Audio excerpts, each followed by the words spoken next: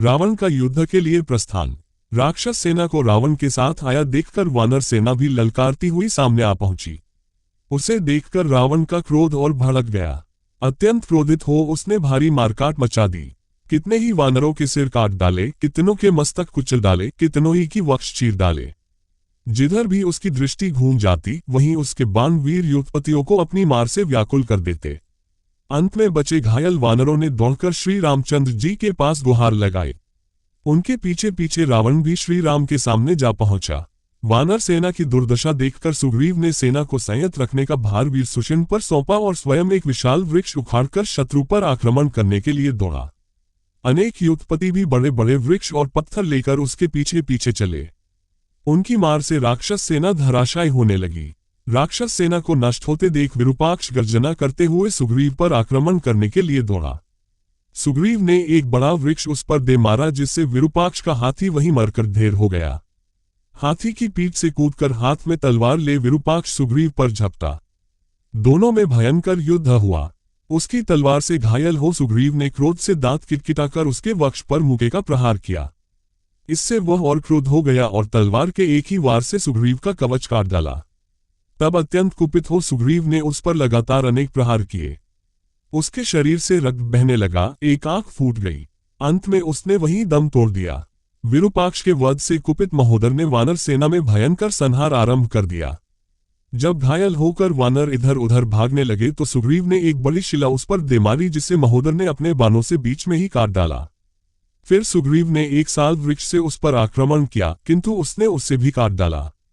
जब सुग्रीव ने मारने के लिए परिध उठाया तो महोदर ने गदा से आक्रमण करना आरंभ कर दिया। युद्ध में जब परिध और गदा दोनों टूट गए तो वे दोनों एक दूसरे पर मुकों से वार करने लगे। दोनों में से कोई भी हार मानने को तैयार नहीं था। तभी सुग्रीव और महोदर ने वहां पड़ी तलवारों को उठा लिया। महोदर ने तलवार से सुग्रीव का कवच काटने के लिए आक्रमण किया तो तलवार कवच में अटक गई। जब वह तलवार को खींच रहा था तभी सुग्रीव ने उसके सिर को धड़ से अलग कर उसे यमलोक पहुंचा दिया। महोदर को मर जाने पर महापार्श्व सुग्रीव पर तीक्ष्ण हथियारों की मार करता हुआ टूट पड़ा। सामने जाम्बवंत और अंगद को देखकर उसने अपने बाणों से दोनों को घायल कर दिया। इससे अंगद के नेत्र क्रोध से लाल हो गए। उसने एक परिध को उसकी ओर इतने वेग से फेंका कि उसके हाथ से धनुष और शिरस्त्राण छूटकर दूर जा गिरे। इससे क्रोधित होकर महापार्श्व ने एक तीक्ष्ण परशु अंगद पर फेंका किंतु अंगद ने उसका वार बचाकर पूरी शक्ति से राक्षस के सीने पर घूंसा मारा। वज्र के समान घूंसा पड़ते ही उसका हृदय फट गया और वह वहीं मरकर धराशायी हो गया। इधर जब रावण ने अपने तीनों पराक्रमी वीरों की मृत्यु का समाचार सुना तो उसने अपने तामस नामक अस्त्र से वानरों को भस्म करना आरंभ कर दिया। रावण को विशाल वानर सेना का संहार करते देख राम और लक्ष्मण अपने अपने धनुष बाणों को लेकर युद्ध करने के लिए तैयार हुए। सबसे पहले लक्ष्मण ने अपने बाणों से रावण पर आक्रमण किया। रावण लक्ष्मण के बाणों को काटते हुए श्री राम के सामने जा पहुंचा और उन पर बाणों की वर्षा करने लगा। राम ने भी इसका उचित उत्तर दिया और दोनों ओर से भयंकर युद्ध होने लगा। दोनों ही दो भयानक यमराजों की भांति एक दूसरे से भिड़ रहे थे और नाना प्रकार के अस्त्र शस्त्रों से आक्रमण कर रहे थे। रावण ने सिंह, बाघ, कंक, चक्रवाक, गीद, बाज, मगर, विषधर जैसे मुख वाले बाणों की वर्षा की तो श्रीराम ने अग्नि, सूर्य, चंद्र, धूमकेतु, उल्का तथा विद्युत प्रभा के समान बाणों से आक्रमण किया। दोनों ही वीर उन अस्त्रों का निवारण कर नया आक्रमण कर देते थे। कुपित रावण ने 10 बाण एक साथ छोड़कर रघुनाथ जी को घायल कर दिया। उसकी चिंता न करते हुए उन्होंने भी रावण को बुरी तरह से घायल कर दिया। भयानक युद्ध। इस भयंकर युद्ध में लक्ष्मण ने रावण की ध्वजा काटकर उसके सारथी का वध कर डाला और रावण के धनुष को काट डाला। साथ ही विभीषण ने भी अपनी गदा से रावण के रथ के घोड़ों को मार डाला। विभीषण के इस कृत्य से रावण को इतना क्रोध आया कि उसने विभीषण पर एक प्रज्वलित शक्ति चलाई किंतु विभीषण के पास आने के पहले ही लक्ष्मण ने उस शक्ति को अपने बाणों से नष्ट कर दिया। इस पर अत्यंत क्रोधित होकर रावण ने विभीषण पर ऐसी अमोघ शक्ति चलाई जिसका वेग काल भी न सह सकता था। विभीषण के प्राण संकट में देख लक्ष्मण स्वयं आगे बढ़कर शक्ति के सामने खड़े हो गए। वज्र और अश्विनी के समान गड़गड़ाहट उत्पन्न करने वाली तथा विषधर सर्प के समान वह भयंकर महातेजस्वी शक्ति लक्ष्मण आकर लगी। उस नागराज वासुकी की जिह्वा के समान देदीप्यमान शक्ति ने लक्ष्मण के वक्ष को विदीर्ण कर दिया और वे रक्त से लथपथ होकर मूर्छित हो पृथ्वी पर गिर पड़े। वानरों ने उस शक्ति को लक्ष्मण के शरीर में से निकालने का भरसक प्रयत्न किया किंतु सफल न हो सके। अंत में श्री राम ने पूरी शक्ति लगाकर दोनों हाथों से खींचकर उसे बाहर निकाला और तोड़कर भूमि पर फेंक दिया। जब तक राम शक्ति को खींचकर निकाल लेते रहे, रावण निरंतर बाणों की वर्षा करके उन्हें घायल करता रहा। शक्ति निकालकर उन्होंने शीघ्र ही रावण को मार डालने की प्रतिज्ञा की। फिर वे रावण के साथ भयानक युद्ध करने लगे। जब रावण उनके बाणों को न सह सका तो वह घायल होकर रणभूमि से भाग गया। श्रीराम लक्ष्मण के पास बैठकर नाना प्रकार से विलाप करने लगे। उनके विलाप से दुखी सारी वानर सेना रोने लगी। तभी सुषेण ने कहा, हे वीर शिरोमणि, आप दुखी न हो, ये जीवित हैं, इनकी हृदयगति चल रही है।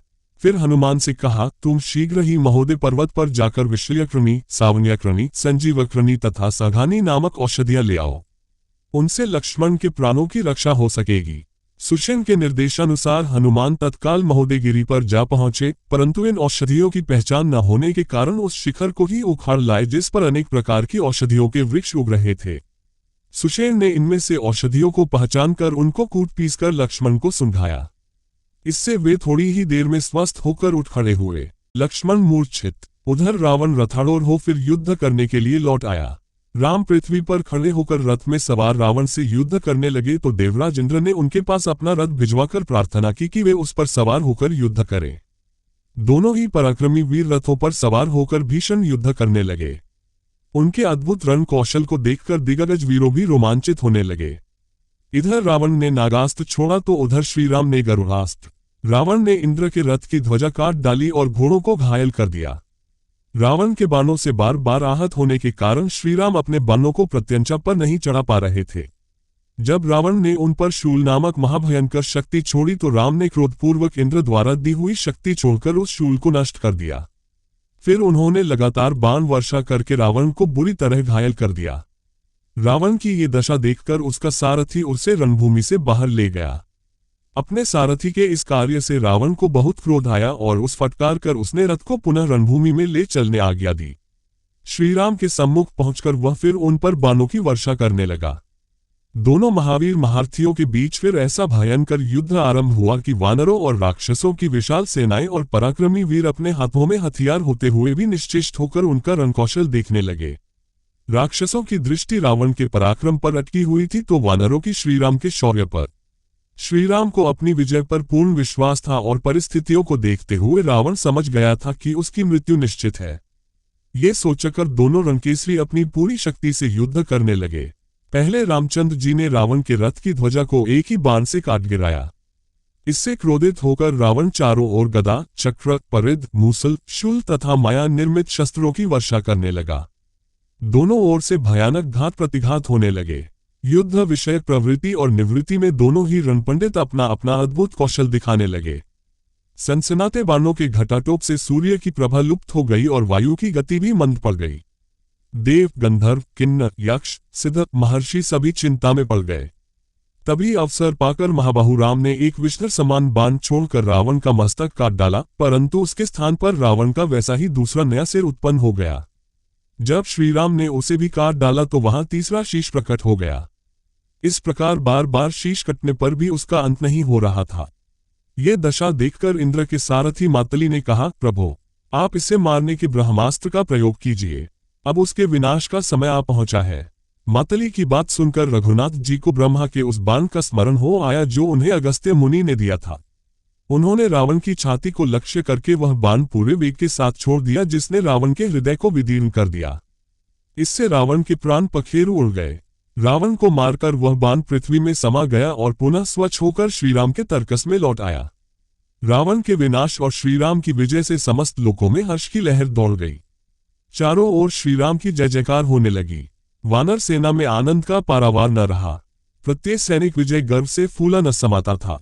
पराजित और मरे हुए भाई को देखकर विभीषण अपने आंसुओं को न रोक सका और वह फूट फूट कर विलाप करने लगा और कहने लगा, हे भाई, अहंकार के वशीभूत होकर तुमने मेरी, प्रहस्त, कुंभकर्ण, इंद्रजित, नरांतक आदि किसी की भी बात न मानी। उसी का फल ये सामने आया। तुम्हारे मरने से नीति पर चलने वाले लोगों की मर्यादा टूट गई। धर्म का मूर्तिवान विग्रह चला गया। सूर्य पृथ्वी पर गिर पड़ा, चंद्रमा अंधेरे में डूब गया और जलती अग्निशिखा बुझ गई। विभीषण को इस प्रकार विलाप करते देख श्रीराम ने उससे समझाया, हे विभीषण, तुम्हें इस प्रकार शोक नहीं करना चाहिए। रावण असमर्थ होकर नहीं मरा है, उसने प्रचंड पराक्रम का प्रदर्शन किया है। इस प्रकार क्षत्रिय धर्म का पालन करते हुए मरने वालों के लिए शोक नहीं करना चाहिए। युद्ध में सदा विजय ही विजय मिले, ऐसा पहले भी कभी नहीं हुआ है। ये सोचकर उठो और संयत मन से प्रेत कर्म करो, मैं इसमें तुम्हें पूरा सहयोग दूंगा। बैर जीवनकाल तक ही रहता है, मरने के बाद उस बैर का अंत हो जाता है, इसलिए ये जैसा तुम्हारा स्नेहपात्र है उसी तरह मेरा भी है। रावण वध। रावण की मृत्यु का समाचार सुनकर मंदोदरी सहित उसकी सभी रानियां शोकाकुल होकर अंतःपुर से निकल पड़ी। वे चीख चीख कर विलाप करने लगी। हाँ आर्यपुत्र, हाँ नाथ, पुकारते हुए वे कटी हुई लताओं की भांति रावण के मृत शरीर पर गिरकर हाहाकार करने लगी। हाय! असुर, देवता और नाग जिसके भय से कांपा करते थे, आज उन्हीं की एक मनुष्य ने ये दशा कर दी। आपके प्रिय भाई विभीषण ने आपके हित की बात कही थी, उसे ही आपने निकाल बाहर किया। राक्षस शिरोमणि, ऐसी बात नहीं है कि आपके स्वेच्छाचार से हमारा विनाश हुआ है, दैव ही सब कुछ कराता है। मंदोदरी बिलख बिलख कर कह रही थी, नाथ, पहले आपने इंद्रियों को जीतकर ही तीनों लोकों पर विजय पाई थी, उस बैर का प्रतिशोध लेकर इंद्रियों ने ही अब आपको परास्त किया है। खर के मरने पर ही मुझे विश्वास हो गया था कि राम कोई साधारण मनुष्य नहीं है। मैंने बारंबार आपसे कहा था रघुनाथ जी से बैर विरोध न ले, किंतु आप नहीं माने। उसी का आज ये फल मिला है। आपने महान तेजस्वी सीता का अपहरण किया। वे संसार की महानतम पतिव्रता नारी हैं। उनका अपहरण करते समय ही आप जलकर भस्म नहीं हो गए, यही महान आश्चर्य है। आज वही सीता आपकी मृत्यु का कारण बन गई। हाय स्वामी, आपकी मृत्यु कैसे हो गई? आप तो मृत्यु की भी मृत्यु थे, फिर स्वयं ही मृत्यु के अधीन कैसे हो गए?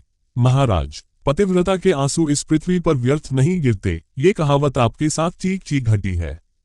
आपने युद्ध में कभी कायरता नहीं दिखाई, परंतु सीता का हरण करते समय आपने कायरता का ही परिचय दिया था।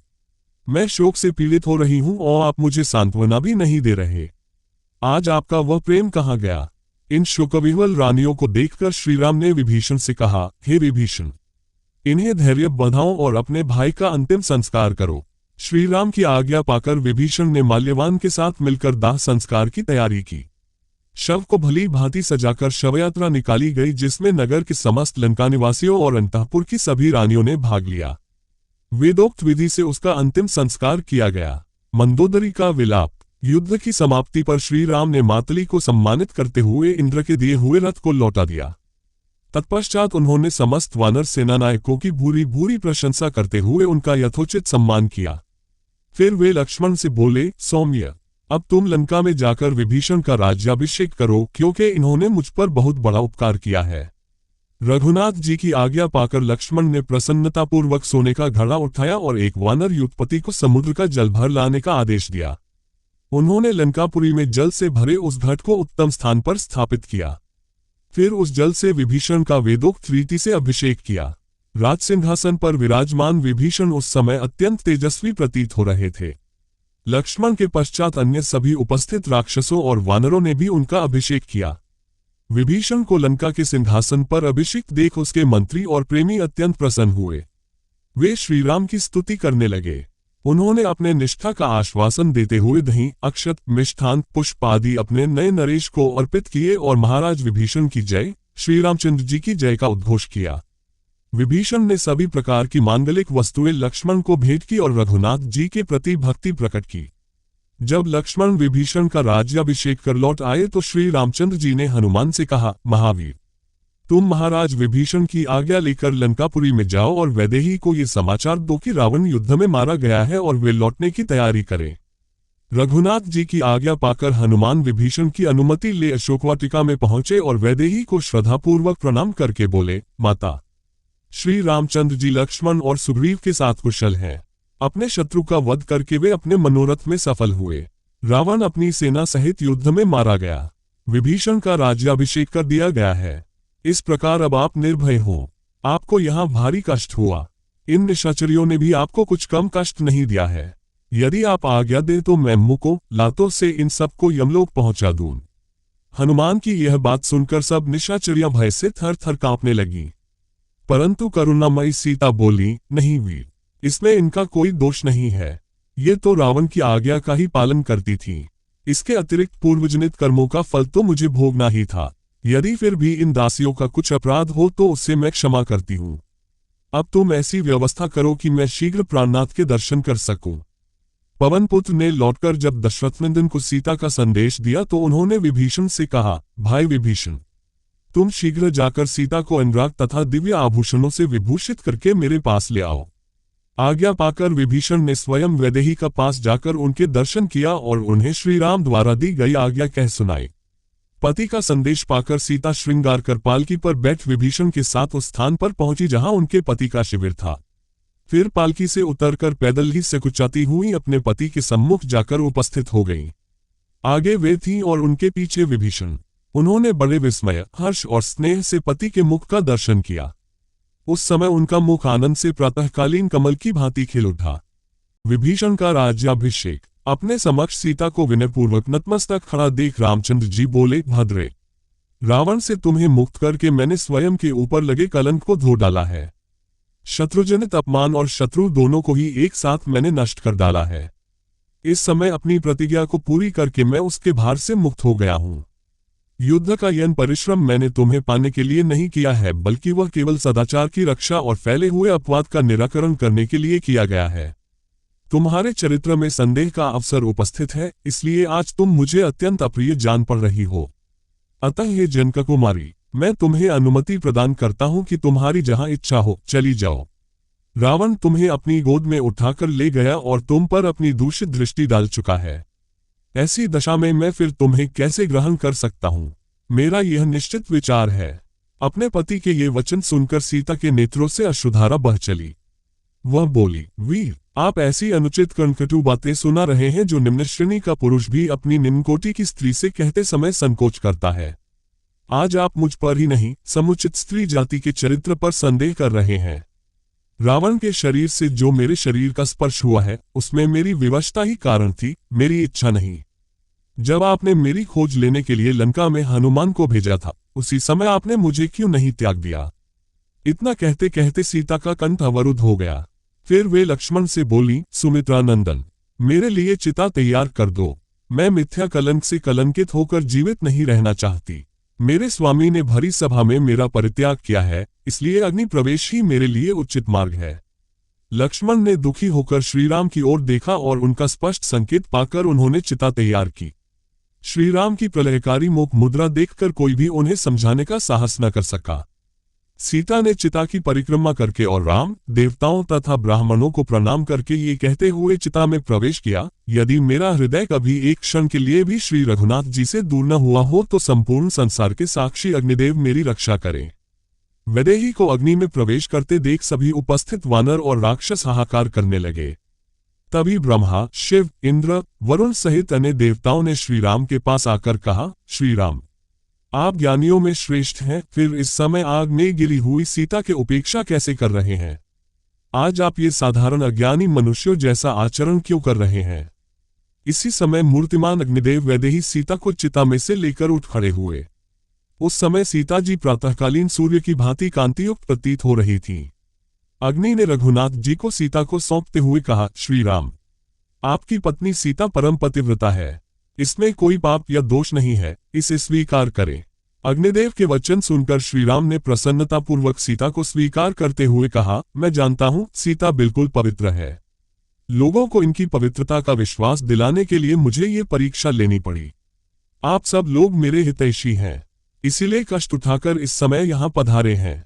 राम के वचन सुनकर महादेव जी बोले, श्रीराम, दुष्ट दलन का कार्य संपन्न हुआ। अब आपको शीघ्र अयोध्या लौटकर माताओं, भरत, पुरवासियों आदि की व्याकुल प्रतीक्षा की घड़ियों को समाप्त करना चाहिए। देखो, सामने आपके पिता दशरथ जी विमान में विराजमान हैं।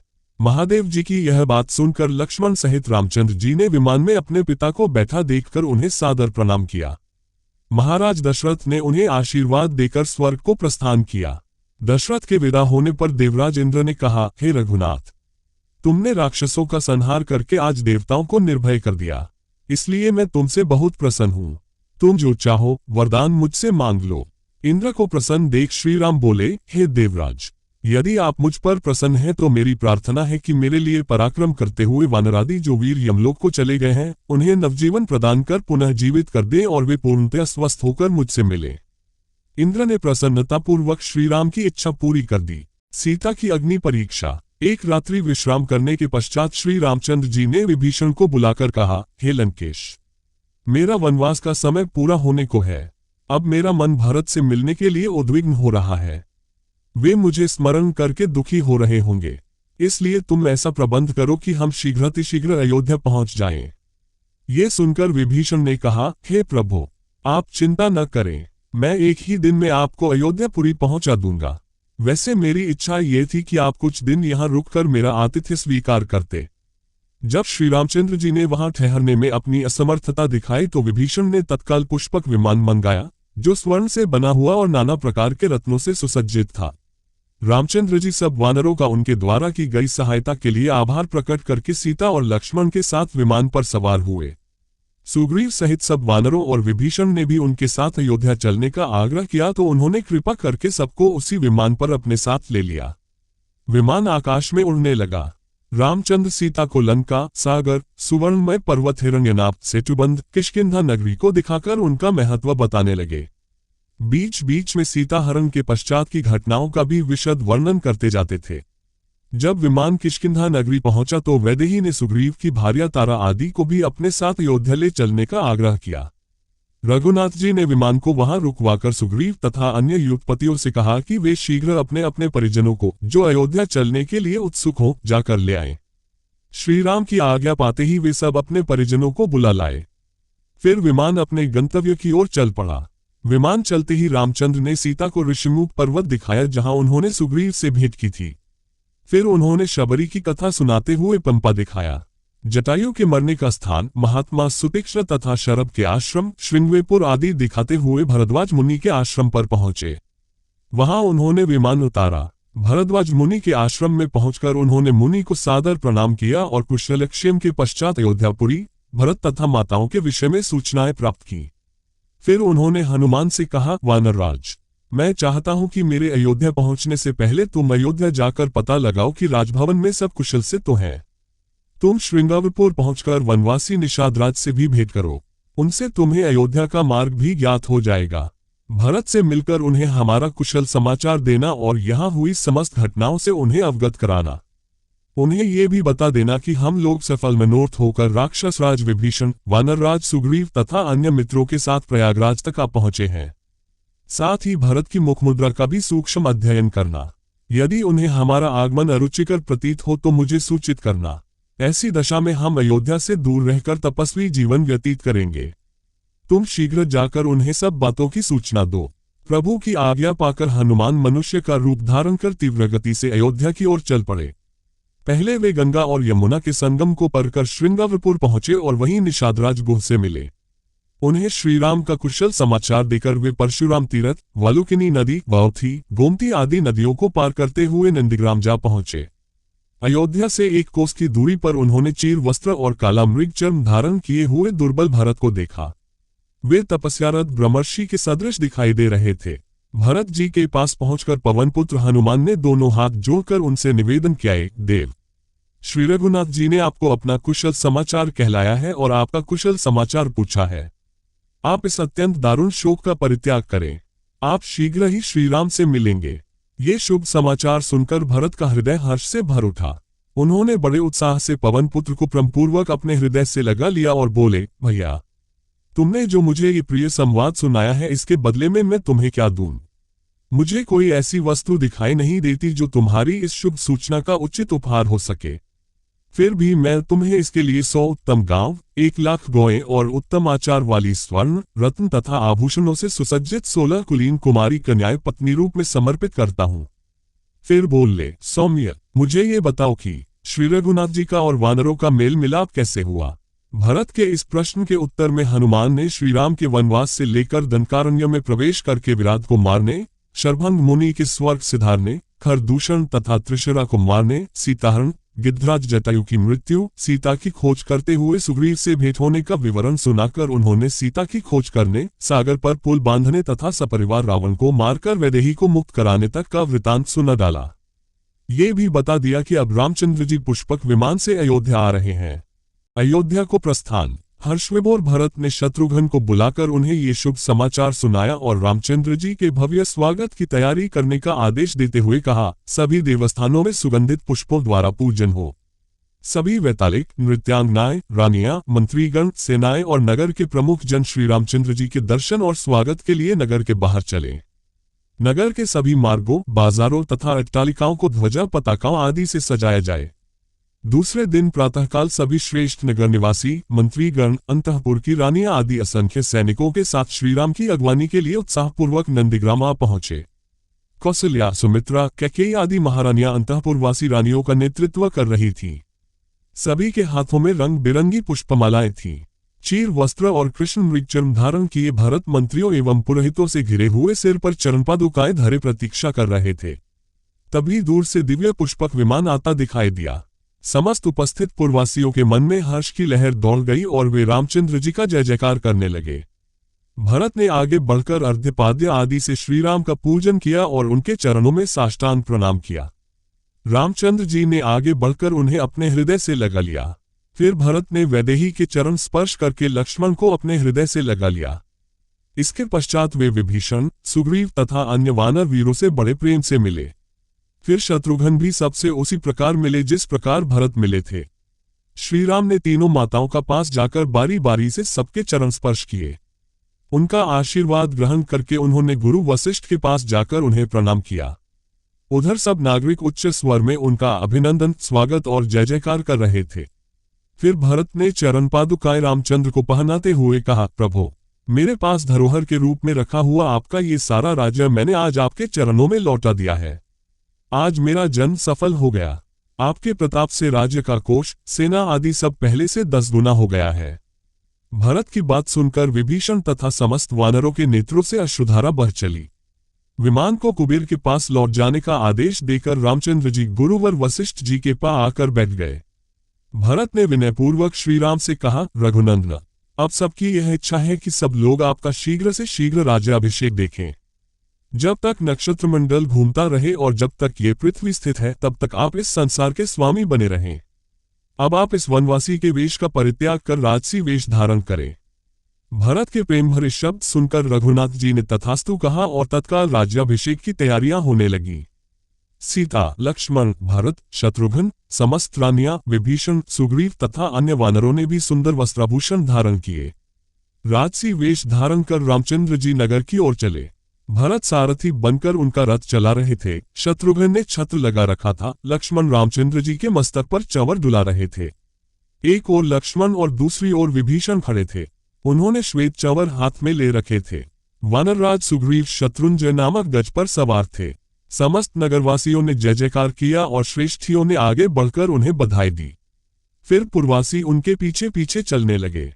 श्रीराम के अभिषेक के लिए चारों समुद्रों और समस्त पवित्र सरिताओं का जल मंगवाया गया। वशिष्ठ जी ने सीता सहित श्रीराम को रत्नजटित चौकी पर बिठाया। फिर वशिष्ठ, वामदेव, जावाली, काश्यप, कात्यायन, सुयज्ञ, गौतम और विजय ने उनका अभिषेक किया। फिर अन्य मंत्रियों, सेनापतियों, श्रेष्ठियों आदि ने उनका अभिषेक किया। उस समय श्रीराम ने ब्राह्मण को गौएं, स्वर्ण मुद्राएं, बहुमूल्य आभूषण तथा वस्त्रादि बांटे। फिर उन्होंने विभीषण, सुग्रीव, अंगद तथा अन्य वानरों को भी उपहार दिए। सीता जी ने अपने गले का हार उतारकर स्नेहपूर्वक पवनपुत्र को दिया। फिर सभी वानरादि विदा होकर अपने अपने स्थानों को चले गए। राज्य करते हुए राजा रामचंद्र ने 100 अश्वमेघ यज्ञ तथा पौंड्री एवं वाजपेय यज्ञ किए। रामराज्य में चोरी, दुराचरण, वैधव्य, बाल मृत्यु आदि की घटनाएं कभी नहीं हुई। सारी प्रजा धर्म में रत रहती थी। इस प्रकार राम ने 11,000 वर्ष तक राज्य किया। वाल्मीकि रामायण लिंकान समाप्त।